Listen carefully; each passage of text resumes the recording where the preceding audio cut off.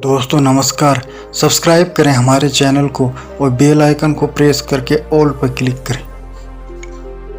दोस्तों आज हम आपको सुनाने जा रहे हैं एक रोचक पौराणिक कहानी।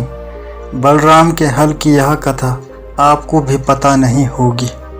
श्री कृष्ण के बड़े भाई बलराम को बलदाऊ, बलभद्र, दाऊ, संकर्षण और हलधर भी कहा जाता है। हलधर इसलिए क्योंकि वे अपने पास हमेशा हल रखते थे। बलराम का सबसे प्रमुख अस्त्र हल और मूसल है। हल से किसान खेत जोतते हैं।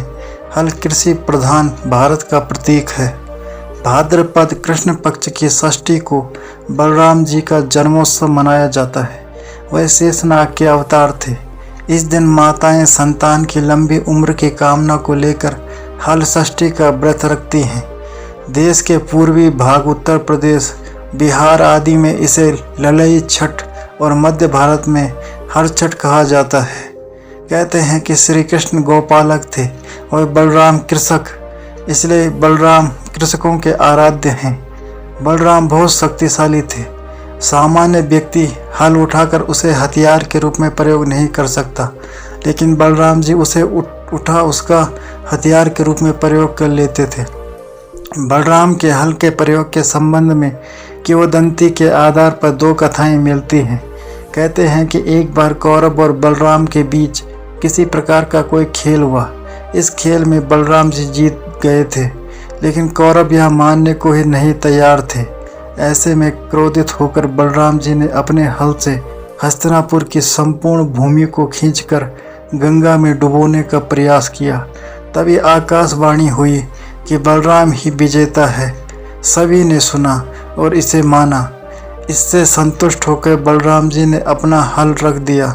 तभी से वे हलधर के रूप में प्रसिद्ध हुए। दूसरी कथा के अनुसार भगवान श्री कृष्ण की पत्नी जामवंती का पुत्र सांब का दिल दुर्योधन और भानुमति की पुत्री लक्ष्मणा पर आ गया था और वे दोनों प्रेम करने लगे थे। दुर्योधन के पुत्र का नाम लक्ष्मण था और पुत्री का नाम लक्ष्मणा था। दुर्योधन अपनी पुत्री का विवाह श्री कृष्ण के पुत्र से नहीं करना चाहता था, इसलिए एक दिन सांब ने लक्ष्मणा से गंधर्व विवाह कर लिया और लक्ष्मणा को अपने रथ में बैठाकर द्वारिका ले जाने लगा। जब यह बात कौरवों को पता चली तो कौरव अपनी पूरी सेना लेकर सांब से युद्ध करने आ पहुँचे। कौरवों ने सांब को बंदी बना लिया। इसके बाद जब श्री कृष्ण और बलराम को पता चला तब बलराम हस्तिनापुर पहुंच गए। बलराम ने कौरवों से निवेदन पूर्वक कहा कि सांब को मुक्त कर उसे लक्ष्मणा के साथ विदा कर दें, लेकिन कौरवों ने बलराम की बात नहीं मानी। ऐसे में बलराम का क्रोध जागृत हो गया। तब बलराम ने अपना रौद्र रूप प्रकट कर दिया।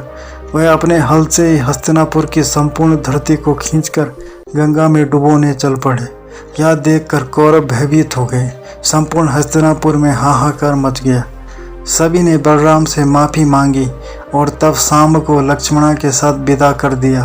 बाद में द्वारिका में सांब और लक्ष्मणा का वैदिक रीति से विवाह संपन्न हुआ। तो दोस्तों ये थे आज की कहानी। उम्मीद करता हूँ आपको कहानी पसंद आई होगी। अगर आपको कहानी पसंद आई तो चैनल को सब्सक्राइब करें, बेल आइकन को प्रेस करके ऑल पर क्लिक करें, वीडियो को लाइक तथा शेयर करें और हमें सपोर्ट करें। धन्यवाद।